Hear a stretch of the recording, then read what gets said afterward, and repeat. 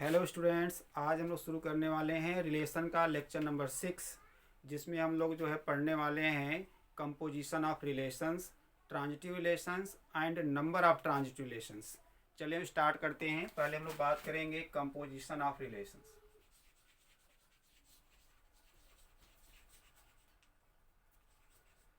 Composition of relations. देखिए यहाँ पे कंपोजिशन ऑफ रिलेशंस लिखा है। इट मीन्स दैट आप जो है टू या टू से मोर जो है रिलेशंस को कंपोज कर सकते हो। लेकिन हम यहाँ पे जो बात करने वाले हैं कंपोजिशन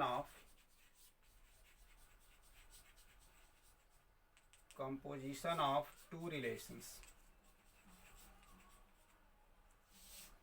देखिए यहाँ पे हम टू रिलेशंस को पहले हम कंपोज करने वाले हैं, उसके बाद टू के बाद 3, 4, 5 जाए जितने भी रिलेशंस को चाहो आप कंपोज कर सकते हो।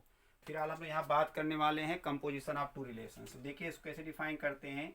हमने यहाँ पे सपोज कर लिया, suppose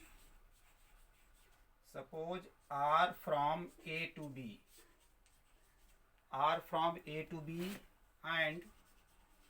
and S from B to C. देखिए यहाँ आर ए से बी में है, तो ये बी पे अगर आपका है तो यहाँ पे देखिए यस कहाँ से, बी से सी में, बी टू रिलेशंस। देखिए हमने यहाँ पे टू रिलेशंस लिया है, एक R from A to B and S from B to C. Then we can define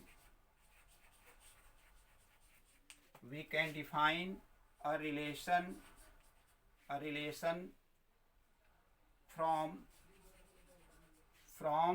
A to C, A to C, A से C में हम एक रिलेशन डिफाइन कर सकते हैं which is known as, and इसको लिखते कैसे हैं देखिए, A to C that is, इसी को हम लोग कहते हैं R कंपोज्ड विथ S। इसी को हम कहते हैं क्या, इज नोन एज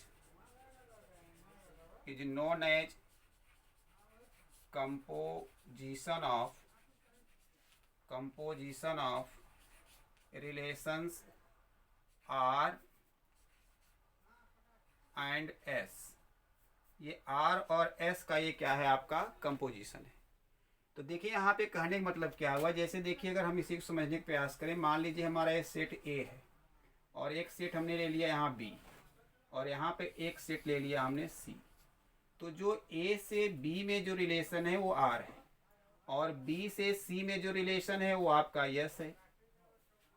तो ये कह रहे हैं कि जो A से C में जो रिलेशन होगा उसी को हम कहेंगे क्या, R कंपोज्ड विथ S। याद रखिएगा ये O नहीं है, ये आपका O नहीं है, ये बल्कि आपका क्या है, कंपोजिशन साइन है। ये कंपोजिशन,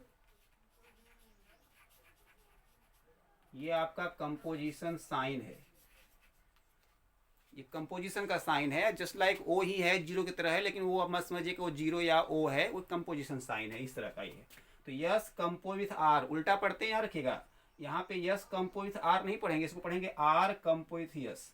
तो जो ए से सी में जो रिलेशन होगा उसी हम लोग कहते हैं क्या है, आर कंपोज विथ एस बोलते हैं। अब ये देखिए अगर हम यहाँ पे कोई भी एक एलिमेंट ए ले लें, यहाँ बी ले लें, यहाँ सी ले लें, तो ए से बी में रिलेशन आर है, तो एक आर्डर पेयर क्या मिलेगा, ए बी। तो यहाँ मिलेगा आपको एक आर्डर पेयर ए बी मिलेगा, और ये आर्डर पेयर ए बी कहाँ बिलोंग करेगा, आर को।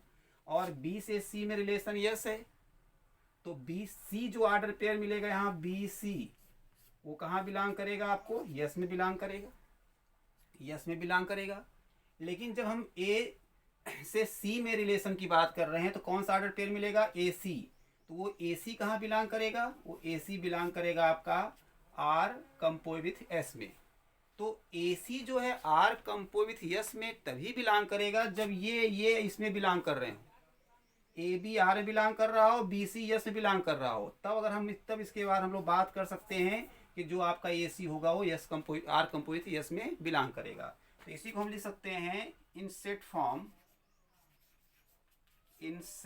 फॉर्म हम क्या लिख सकते हैं कि जो आर कंपोज विथ एस है इसमें क्या होगा, आपको बताइए, ए सी होगा, ए सी सच दैट, क्या सच दैट ए बी कहाँ बिलोंग करना चाहिए, A B belongs to R and B C belongs to S. अगर ए बी आर में है, बी सी एस में है, तो आर कंपोज विथ एस में क्या होगा, ए सी। देखिए आया कैसे, यहाँ समझने का प्रयास करिए। यहाँ पे आपने लिया ए, फिर लिया बी और यहाँ लिया सी। तो ए से बी को लिंक करने वाला आर है और बी को सी से लिंक करने वाला एस है। तो आर से जब एस में हम कंपोज करेंगे तो जो आर कंपोज विथ एस मिलेगा वो कहाँ से मिलेगा, ए से सी में मिलेगा। इसका मतलब बीच वाला कॉमन रहे, ए से बी पे गए, फिर बी से सी पे जा रहे हो तो ए से सी पे मिलेगा आपको। सिंपल सी बात है। ए बी से रिलेटेड है, बी सी से रिलेटेड है, तो सब सिंपल सी बात है, ए किससे रिलेटेड होगा, सी से रिलेटेड हो। तो भाई तो लिखा है देखो, ए बी से रिलेटेड है और बी सी से रिलेटेड है, तो ए किससे होगा, सी से रिलेटेड होगा, तो उसी कहते हैं आर कंपोज विथ एस कहते हैं। एक चीज यहाँ पे आप और ये समझ लीजिए कि अगर यहाँ से ए से सी में relation R compose with S है, लेकिन हम कुछ समय के लिए हम ये समझ लेते हैं, ये मान लेते हैं, जैसे इसको थोड़ा समझिए आप।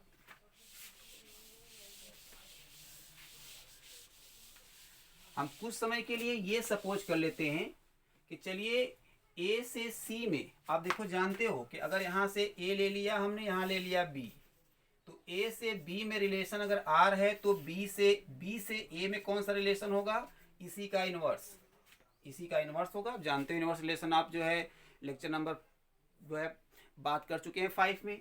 अब यहाँ देखिए, यहाँ पर ए से सी में ये रिलेशन है, तो मैं पूछूं कि आपका जो है यहाँ से यहाँ में क्या रिलेशन होगा, यहाँ से यहाँ में क्या रिलेशन होगा, तो कहोगे इसका इनवर्स होगा, इसका इनवर्स होगा। लेकिन हम कुछ समय के लिए ये सपोज कर लेते हैं कि ये रिलेशन हमको नहीं पता,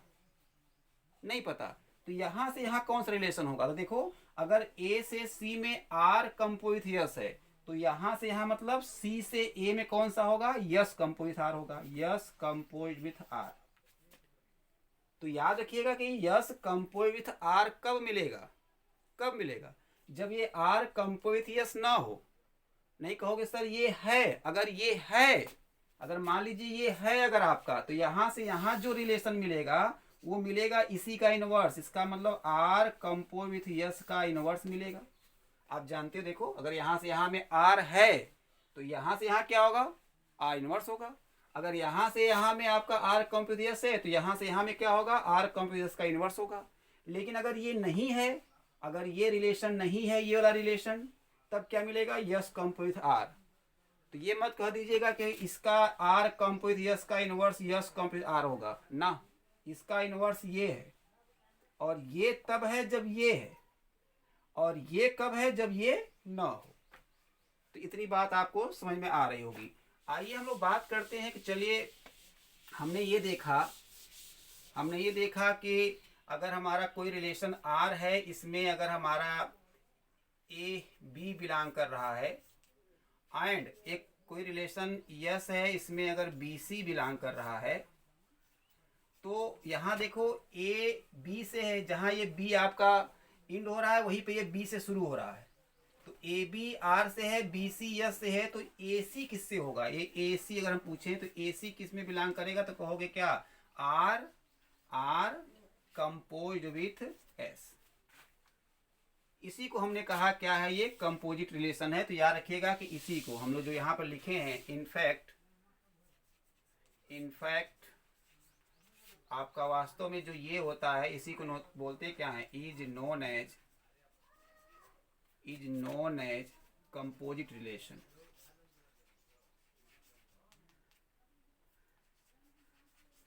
इसी को हम लोग कंपोजिट रिलेशन कहते हैं। अब देखिए यहाँ पर अगर आप लोग ये अगर सीख लिया कि एक कंपोजिट रिलेशन है, तो इसी में एक बात और समझ लीजिए कि अभी एक छोटा सा रिजल्ट है। देखिए रिजल्ट क्या है, रिजल्ट ये है कि सपोज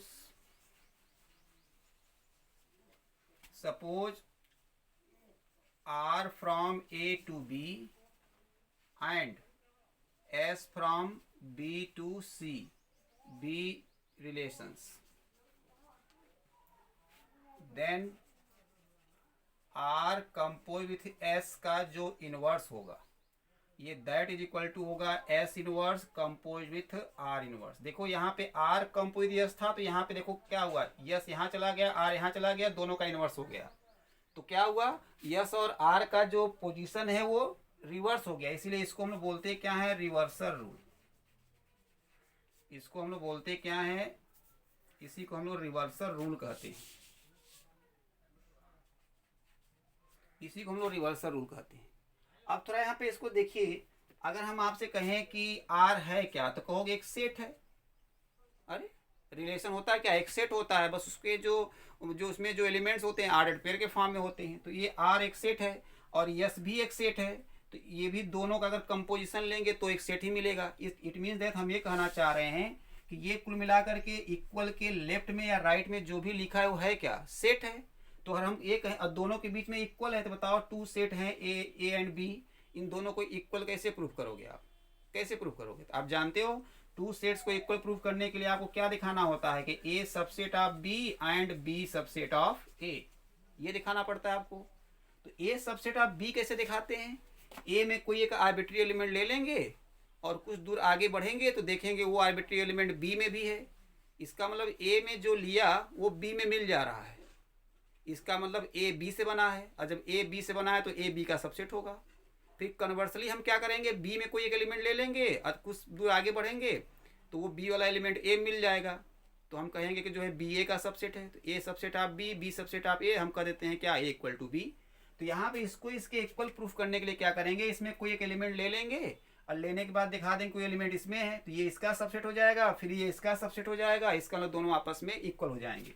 तो इसमें कौन सा एलिमेंट लें हम, इसमें कौन सा एलिमेंट लें हम, देखो कैसे समझेंगे। देखो ये हमारा ए है, ये हमारा बी है और ये हमारा सी है।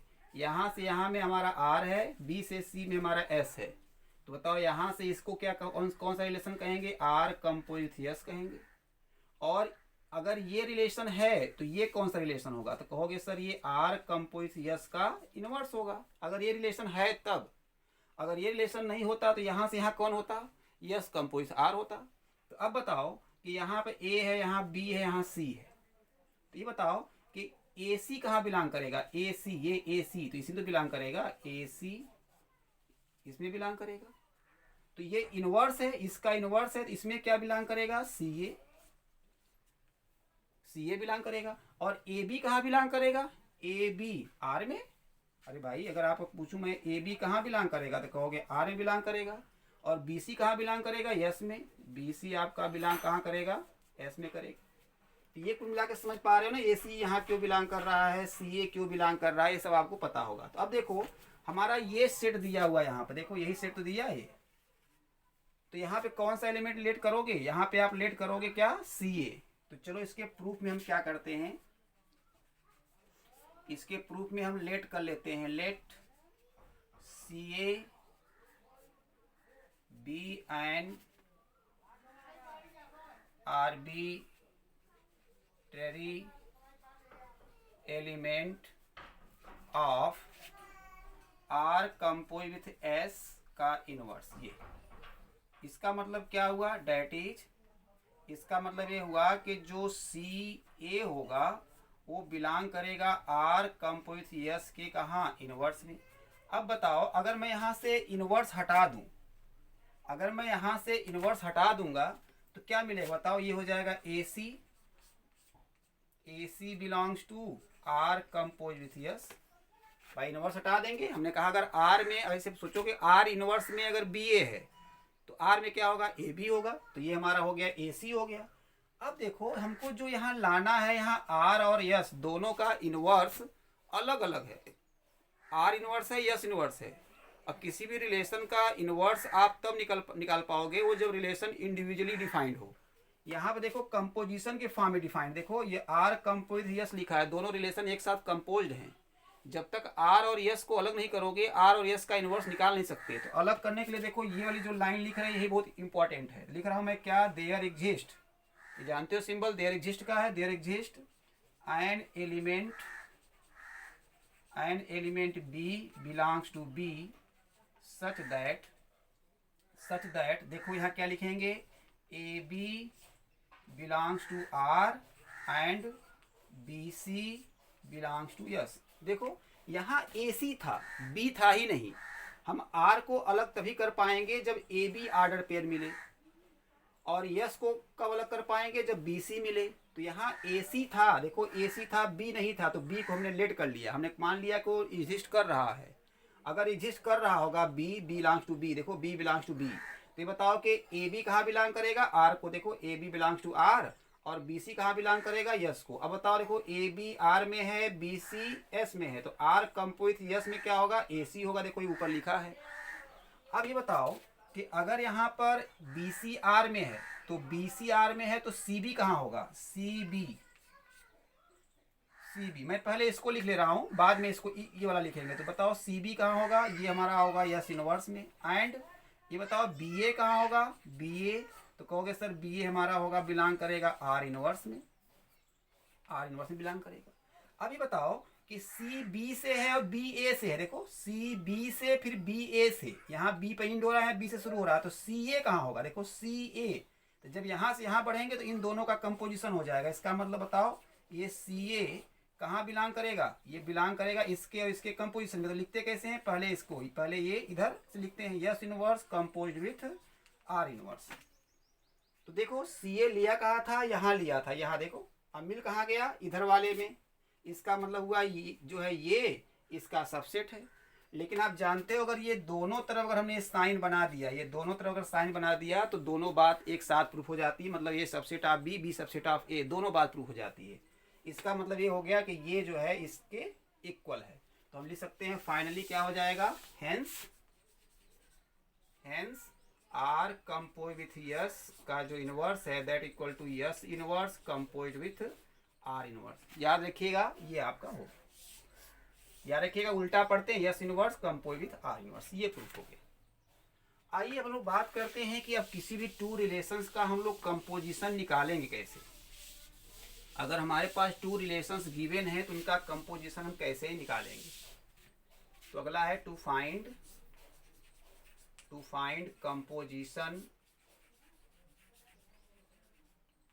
Composition of two relations. तो यहां पे चलिए consider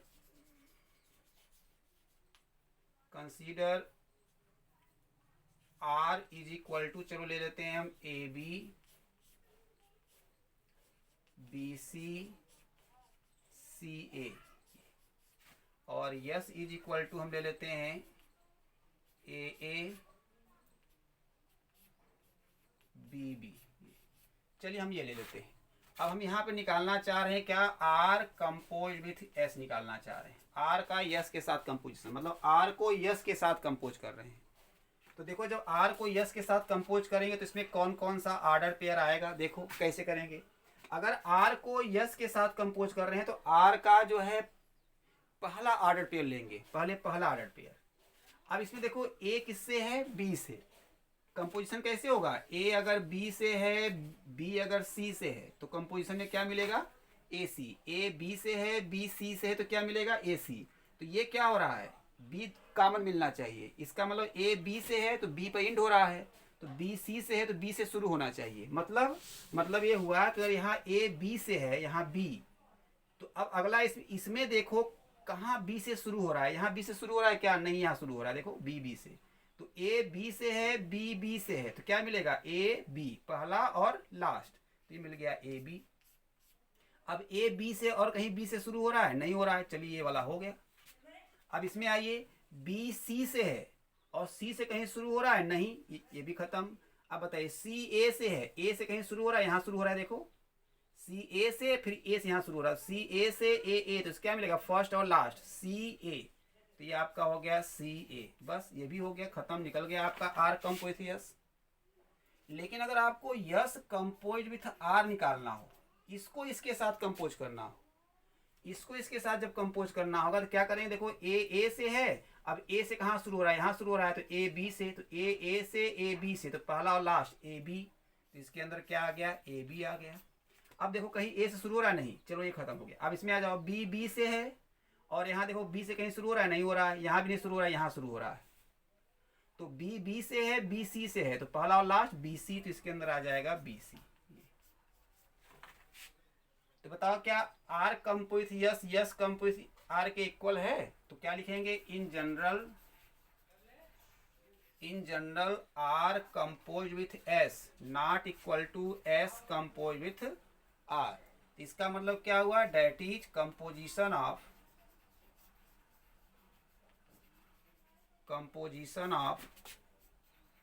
to relations is not commutative. Commutative जानते हो, क्रम विनिमय नियम बोलते हैं, क्रम आर्डर को बदल दिया जाए, आर और यस के पोजीशन को बदल दो तो क्या कंपोजिशन सेम है? नहीं है। इसलिए आप याद रखिएगा इन जनरल आपका जो कंपोजिशन होता है वो कम्यूटेटिव नहीं होता है। तो आई होप आपको ये कंपोजिशन निकालने आ गया होगा। देखो बेटा, जब तक आपको कंपोजिशन निकालने नहीं आएगा तब तक आप जो है ट्रांसलेशन नहीं पढ़ पाओगे। हमने देखा कि जो लास्ट आपको लेक्चर हुए हैं, लेक्चर नंबर 3, 4, 5 रिलेशंस पे, तो उसमें हमने बताया था आर्डर बड़ा इंपॉर्टेंट है। अगर आपने आइडेंटिटी रिलेशन पढ़ा है तभी रिफ्लेक्सिव पढ़ पाओगे। अगर आपको इन्वर्स रिलेशन आता है तभी आप सिमेट्रिक पढ़ पाओगे, जो कि मैंने बताया था कि आपके बुक में रिफ्लेक्सिव, सिमेट्रिक, ट्रांजिटिव सब एक साथ दे दिया है। एकदम रॉन्ग है, वो आप समझ नहीं पाओगे। आप रिलेशन को समझना है तो हमारे जो है लास्ट जो लेक्चर्स हुए हैं 1 से लेकर लेक्चर जो है 5 तक आप जो है उसको पढ़िए, तब आपको समझ में आएगा बाकी रिलेशंस क्या होते हैं। तो चलिए, हमारा ये हो गया कंपोजिशन ऑफ टू रिलेशन, इस तरह से निकाल सकते हैं। अभी कंपोजिशन ऑफ रिलेशन पर अभी और भी मोर अगर आपको एग्जाम्पल देखना है तो मोर एग्जाम्पल के लिए हम एक अलग से भी लेक्चर लेंगे, जिसमें हम लोग सिर्फ प्रॉब्लम की ही बात करेंगे। तो उस प्रॉब्लम वाले लेक्चर में हम लोग खाली सिर्फ रिलेशन के ही प्रॉब्लम होंगे, वहाँ पे कंपोजिशन की और बात किया जाएगा। चलिए, अभी हम लोग एक चीज़ और देख लिया जाए, जैसे एक एग्जाम्पल कर लिया जाए ये कि if R is equal to 1 1 2 3 and S is equal to 2 1 3 1 3 3। ये आपके जो है R2 relations on set A is equal to 1 2 3। तो कह रहे हैं so that R compose S का जो इनवर्स होता है किसके इक्वल होता है बेटा? S inverse compose with R inverse. ये तो देखिए यहाँ पहले क्या है, आर इनवर्स भी पहले को आर कंपोज विथ यस है। तो पहले क्या करो आप यहाँ पे इसके सॉल्यूशन देख लीजिए। इसके सॉल्यूशन में पहले बताइए सिंस आर क्या है। तो कहोगे सर आर में 1 1 है, 2 3 है। चलो इसी के आगे एक काम और कर लो, आर इनवर्स भी निकाल लो। आर इनवर्स क्या होगा? देखो आर इनवर्स में 1 1 का 1 1 ही रहेगा, और 2 3 का क्या हो जाएगा? 3 2 हो जाएगा। अब बताओ यस क्या है? यस आपका क्या दे रखा है? 2 1 है, फिर क्या है? 3 1 है, फिर क्या है? 3 3 है। तो बताओ इसी का इनवर्स भी निकाल लो। इसका इनवर्स क्या आएगा बता दो? इसका 2 1 का क्या आएगा? 1 2, और 3 1 का क्या आएगा? 1 3, और 3 3 का 3 3 ही रहेगा। ये तो आपने लिया। अब देखो हमको निकालना क्या है? R compose with S. तो पहले यहाँ पे क्या करो, आर कंपोज विथ यस निकालो।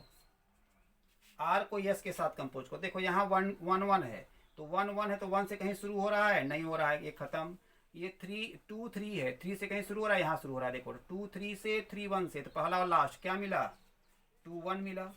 अब फिर 2 3 से यहाँ भी 3 से शुरू हो रहा है, तो क्या मिलेगा? 2 3 से 3 2 से, तो 2 3 मिल जाएगा यहाँ पे। ये 2 3, ये निकल गया कंपोजिशन।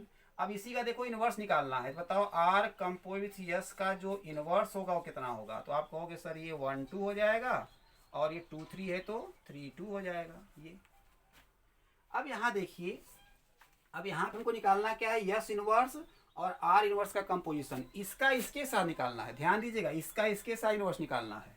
तो 1 2 से है, 1 2 से है, और 2 से कहीं शुरू हो रहा है? नहीं, चलिए हो गया। 1 3 से है, देखो 3 से कहीं शुरू हो रहा है? यहाँ हो रहा है। देखो 1 3 से 3 2 से, तो पहला और लास्ट 1 2 मिल गया। तो यहाँ हम निकाल के आ रहे हैं yes inverse compose with R inverse. तो क्या मिला? 1 3 से 3 2 से, तो पहला और लास्ट क्या मिला? 1 2। अब देखो ये भी हो गया। अब देखो 3 3 से 3 2 से, तो क्या मिलेगा? 3 3 से 3 2 से पहला और लास्ट, तो 3 2 मिलेगा। 3 टू मिलेगा, और कुछ मिलेगा नहीं मिलेगा। तो अब यहाँ देखो क्लियरली, यहाँ क्लियरली देखो ये क्या है, ये आ रहा है, और ये क्या है, ये आ रहा है। इसका मतलब क्या हुआ, अगर हम इसको कह दें इक्वेशन नंबर फर्स्ट कह दें, इसको इक्वेशन नंबर टू कह दें, तो clearly from first and second we get क्या मिला, R inverse, R compose with S का inverse that equal to S inverse compose with R inverse. ये हो गया। तो आई होप आपको यहाँ से कंपोजिशन थोड़ा और क्लियर हुआ होगा। चलिए अब हम लोग बात करते हैं ट्रांजिटिव रिलेशन का।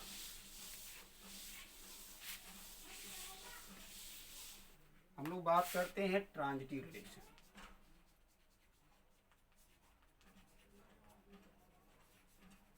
देखिए ट्रांजिटिव रिलेशन को हम लोग जो है इसका हिंदी में बोलते हैं संक्रामक, इसको बोलते हैं संक्रामक संबंध।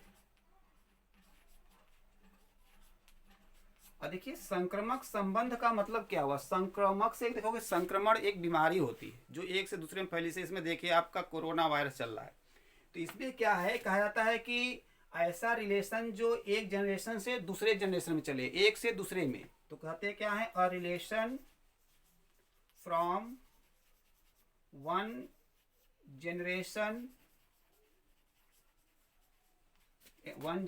To another. एक ऐसा रिलेशन जो एक जनरेशन से दूसरे जनरेशन में हो, उसे हम लोग कहते हैं क्या है, ट्रांजिटिव रिलेशन बोलते हैं। अब देखिए ट्रांजिटिव रिलेशन को हम लोग डिफाइन कैसे करते हैं, तो देखिए इसको हम डिफाइन कैसे करते हैं, कहते हैं कि a relation R on set A is said to B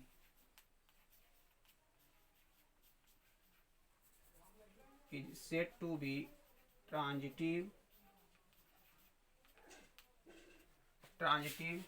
if AB belongs to R and BC also belongs to R, this is imply that क्या हो जाएगा बताओ, AB R में है, BC R में है, तो AC भी कहाँ होना चाहिए, R में होना चाहिए। कहने मतलब हुआ इसी बात को इन्होंने ऐसे कहा, आर, इन्होंने ये कहा कि अगर ए रिलेटेड टू बी है and B related to C है, तो आपका ए रिलेटेड टू सी भी होना चाहिए। तो सिंपल भाषा में देखिए कहना क्या चाह रहे हैं, ये कहना ये चाह रहे हैं अगर ए बी आर में है, कोई रिलेशन आर है, आर, इस आर के अंदर ए बी है, इस आर के अंदर कह रहे हैं बी सी भी है, तो कह रहे हैं कि अगर ऐसा है तो इस आर के अंदर ए बी से बी सी से तो क्या मिलेगा, ए सी, ये क्या होता है कंपोजिशन, तो कह रहे हैं इसके अंदर ए सी भी होना चाहिए। अगर ए बी है बी सी है तो ए बी बी सी के कंपोजिशन से क्या मिलेगा, ए सी मिलेगा, तो ए सी भी इसके अंदर होना चाहिए। मतलब अगर ए बी से रिलेटेड है, बी सी से रिलेटेड है, तो ए सी से रिलेटेड भी होना चाहिए, होगा ही। अरे ए बी का भाई है, बी सी का भाई है, तो ए भी तो सी का भाई होगा। तो कहना अगर ऐसा मिल रहा है, अगर ऐसा कंडीशन फुलफिल हो रहा है, तो हम ऐसे रिलेशन को हम लोग क्या कहते हैं, ट्रांजिटिव रिलेशन कहते हैं। अच्छा ये देखो इन दोनों का अगर हम कंपोजिशन निकालें, इन दोनों का कंपोजिशन, तो इन दोनों कंपोजिशन क्या होगा, देखो ए बी से है, बी सी से, तो क्या मिलेगा, ए सी, तो ए सी में किसका कंपोजिशन होगा, आर का, आर के साथ। अगर यहाँ यस होता तो क्या लिखते, आर कंपोज यस, लेकिन यहाँ पर भी आर ही लिखा हुआ है, तो क्या लिखोगे, यहाँ से हम क्या लिख सकते हैं, यहाँ से हम लिख सकते हैं कि जो ए सी है वो कहाँ बिलोंग करेगा, आर कंपोज विथ आर में, और ए सी कहाँ बिलोंग कर रहा है, आर में। इसका मतलब ये हुआ कि ये जो आर कंपोज विथ आर होगा, ये सबसेट होगा किसका, आर का। अरे भाई अगर हमने ए सी इसमें लिया, देखो ना, A C belongs to R compose with R, और वही ए सी कहाँ मिल गया, यहाँ मिल गया, या ऐसे लिख लो ना, देखो यहाँ पे क्या लिखा है, इम्प्लाइज दैट, या ऐसे करके लिख लो, फ्रॉम, इसको अगर हम कह लें फ्रॉम वन, तो यहाँ से कह लीजिए फ्रॉम वन, तो देखिए फ्रॉम वन क्या मिलेगा इन दोनों के कंपोजिशन से, तो कहोगे A C belongs to R compose with R, this is implies that A C belongs to R. तो आपने पढ़ा था ना कि अगर यक्स बिलोंग कर रहा है ए में, कुछ दूर आगे बढ़े, कुछ दूर आगे बढ़े तो आपको क्या मिल गया, x also belongs to b, तो क्या कहते थे कि a सबसेट है b का। तो ऐसे बताओ कि अगर यहाँ पर AC R कंपोजिट R मिल गया और AC ही कहाँ मिल गया, R मिल गया, इसका मतलब ये हुआ यहाँ से क्लियरली जो आपका R कंपोजिट R होगा वो सबसेट ऑफ R हो जाएगा। तो इसका मतलब क्या हुआ, इसका मतलब ये हुआ कि अगर कोई भी रिलेशन R है, अगर वो रिलेशन R ट्रांजिटिव है, कैसे पता चलेगा वो ट्रांजिटिव है, उसी R के साथ कंपोजिशन निकाल लीजिए। तो कंपोजिशन निकालने पर अगर उस R का सबसेट हो जाए तो हम कहेंगे वो रिलेशन क्या है, ट्रांजिटिव है। कहने मतलब देखिए इसी बात को हम ऐसे लिखें, हम लिखते हैं कि इफ R इज ट्रांजिटिव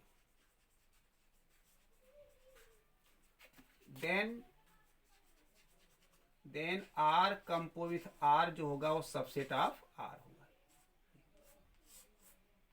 अगर R ट्रांजिटिव है तो R के साथ जो कंपोजिशन निकालेंगे वो R का सबसेट होगा। जैसे अगर हम एक एग्जाम्पल की बात करें, इसमें एग्जाम्पल की बात करें, जैसे हमने लिख लिया define R on set A is equal to 1 2 3 पे as R is equal to ले लेते हैं, चलो 1 1 या 1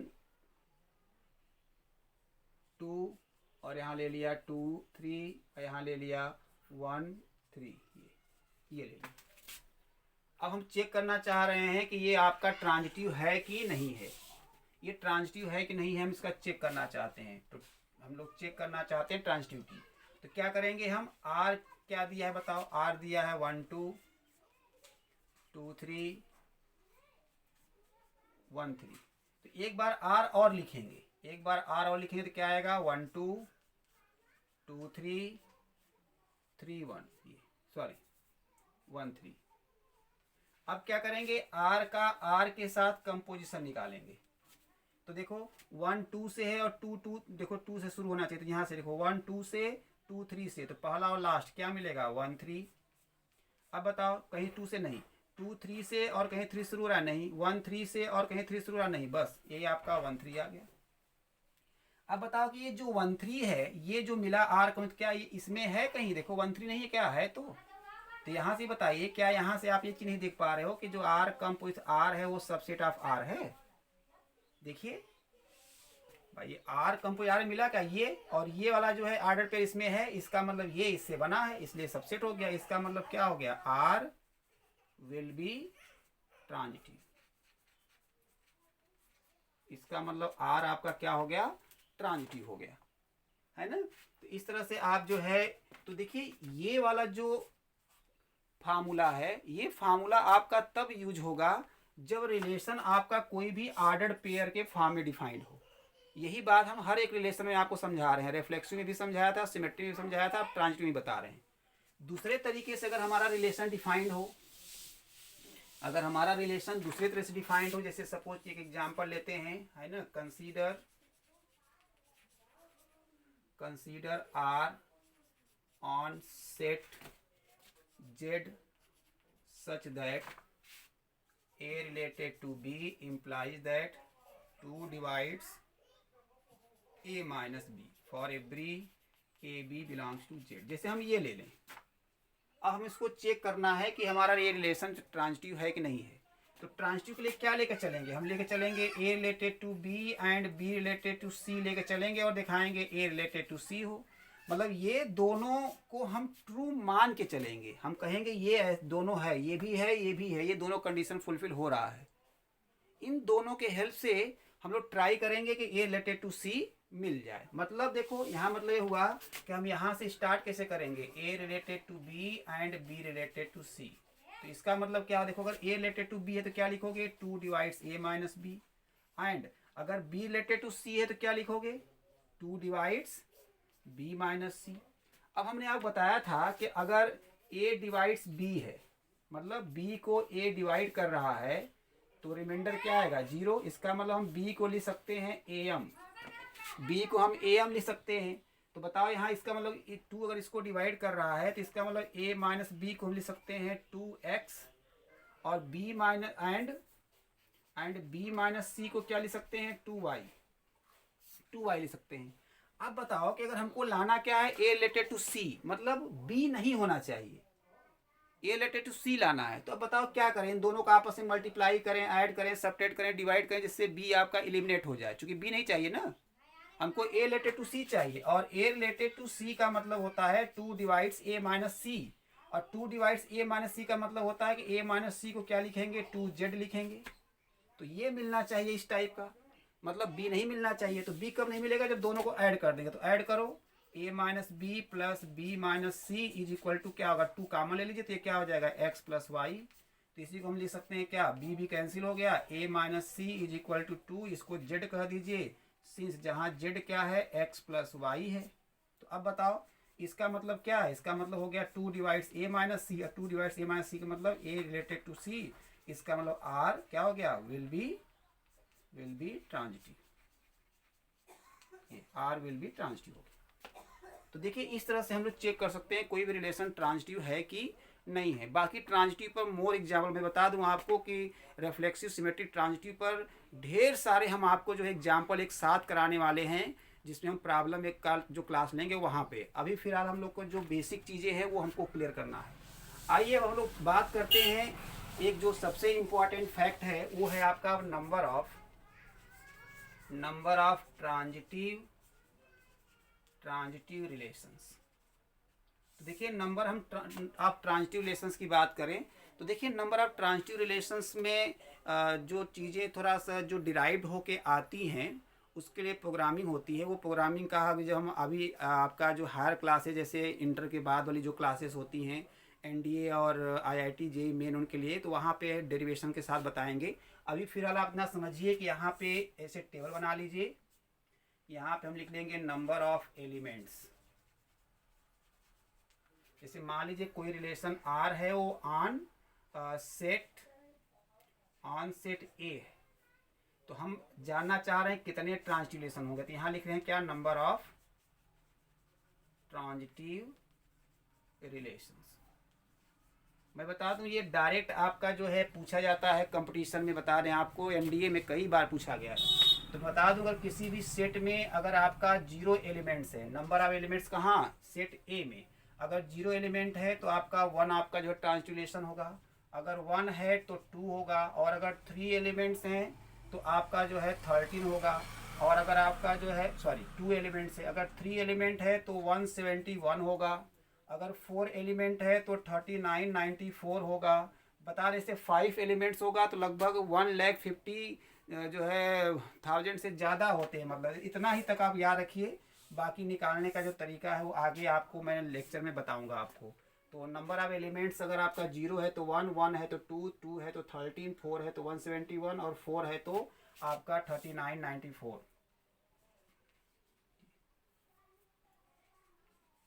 इतने आपके जो है ट्रांजिटिव रिलेशंस होते हैं।